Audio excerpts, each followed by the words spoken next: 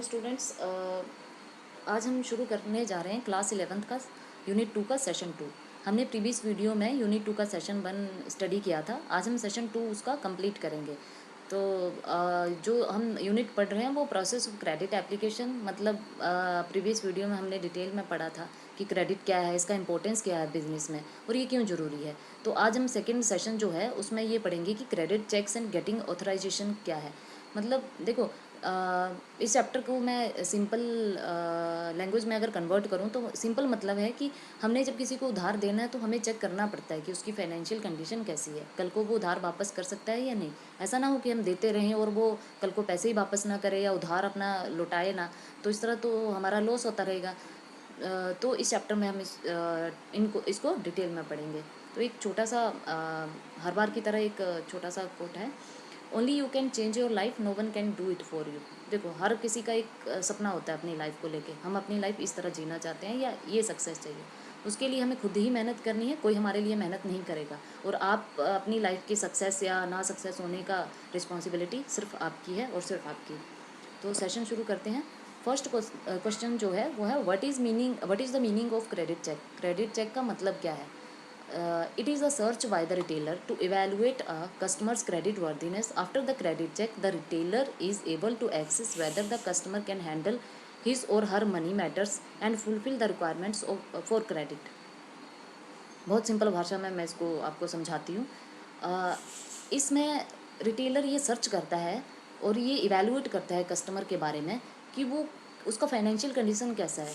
अगर मैं उसको उधार देता हूँ तो कल को क्या वो उधार वापस करेगा मेरा या नहीं करेगा। तो इस चैप्टर में हम यही सब पढ़ेंगे कि उसके लिए क्या क्या फॉर्मेलिटीज़ जो है वो रिटेलर की रहेंगी। एक छोटा सा टर्म है पॉजिटिव क्रेडिट रिपोर्टिंग। पॉजिटिव मतलब सकारात्मक, जो हम इवेलुएट करेंगे, असेस करेंगे या कस्टमर के बारे में जानेंगे वो पॉजिटिव है। When a customer is sound at his financial dealing, then it's called positive credit reporting.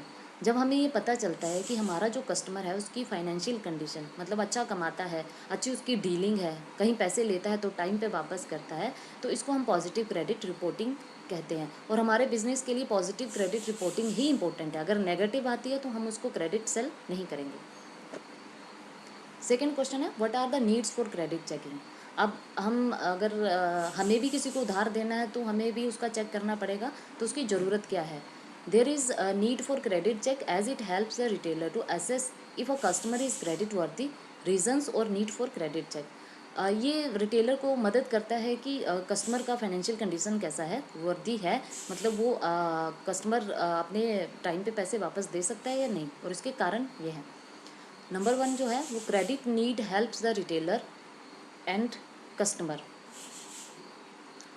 It helps to know that customer can pay money back और नोट। क्रेडिट सॉरी यहाँ पे चेक आना था। क्रेडिट चेक जो है वो retailer और customer दोनों की मदद करता है। इससे ये पता चलता है कि कस्टमर अपने पैसे वापस दे सकता है या नहीं दे सकता है।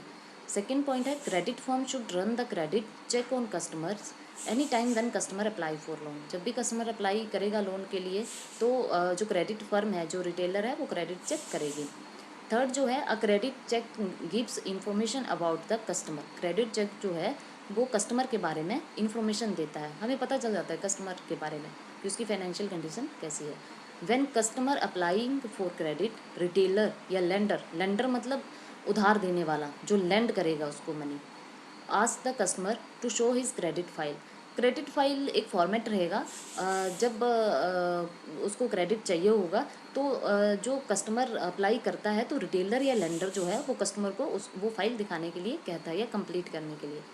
लास्ट पॉइंट है, it helps the retailer to keep a check on his customers credit worthiness.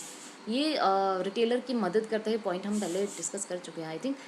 Customer की जो क्रेडिट वर्थीनेस है, उसकी जो सिचुएशन है, वो उसके बारे में हेल्प पता करने में हेल्प करता है।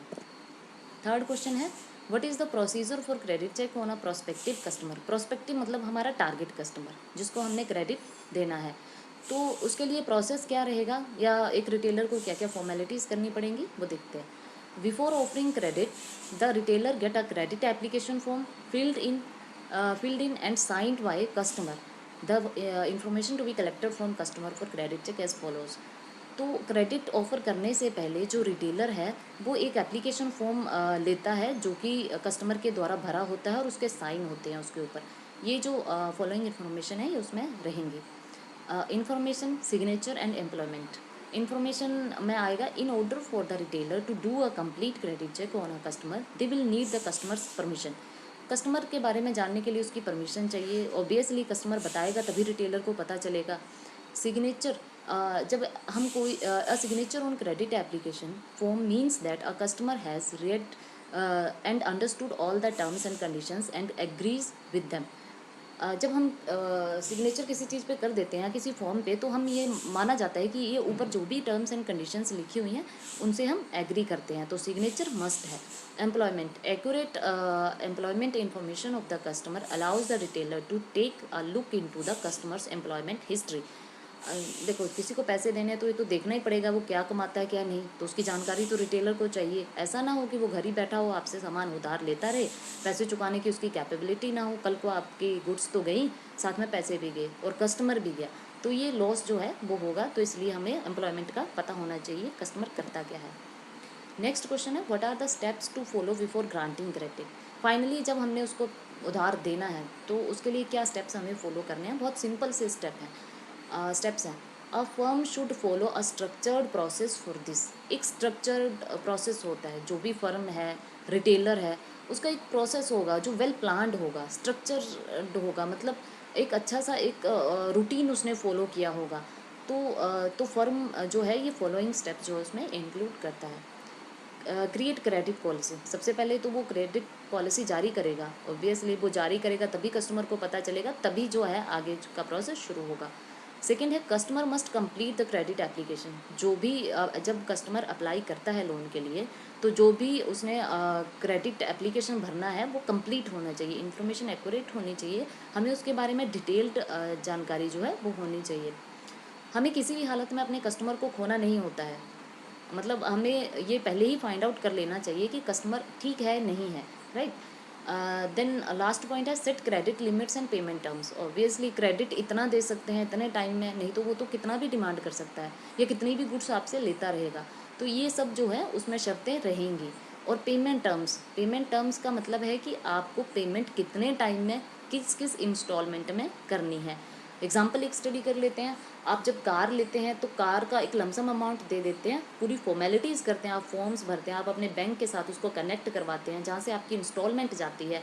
फिर उसमें लिखा रहता है कि आप 2 साल 3 साल कितने साल में जो पेमेंट किस तरह से करेंगे। लास्ट में एक प्रैक्टिकल है, इस बार मैं रोल प्ले आपको एक दे रही हूँ जो आपकी बुक में भी मेंशन है। मैं बिल्कुल स्टिक टू बुक चल रही हूँ, एक्स्ट्रा अपनी तरफ से बता रही हूँ ताकि आप लोगों का जो है वो बुक का सिलेबस भी कवर हो जाए और एक्स्ट्रा भी आपको नॉलेज हो जाए। तो एक रोल प्ले होता है, रोल प्ले मतलब आई होप आप सारे जानते होंगे, वोकेशनल बिना रोल प्ले के तो इनकम्प्लीट है। तो रोल प्ले मतलब किसी का रोल प्ले करना, मूवीज़ में जैसे हीरो कभी पुलिस का, पॉलिटिशियन का या किसी का भी रोल प्ले करते हैं। तो एक सिचुएशन इसमें मैं आपको दे रही हूँ। A customer enters in a retail store and requests to sell the goods on credit. Now understand how the retailer makes a credit check before selling the goods. एक कस्टमर जब रिटेल स्टोर में enter करता है और उधार सामान देने के लिए रिक्वेस्ट करता है, तो ये रिटेलर का काम है कि वो उसको समझे कि कैसे देना है और उसको उसका क्रेडिट चेक करे, जो हम चैप्टर में पढ़ चुके, बिफोर सेलिंग द गुड्स। ठीक है, सारी कंप्लीट इन्फॉर्मेशन अपने पास रखे। रोल्स ऑफ स्टूडेंट्स, जो एक स्टूडेंट होगा वो कस्टमर बनेगा, जो सेकंड होगा वो कस्टमर सेल्स एसोसिएट या रिटेलर बनेगा। ठीक है, थर्ड जो होगा वो स्टोर मैनेजर बनेगा।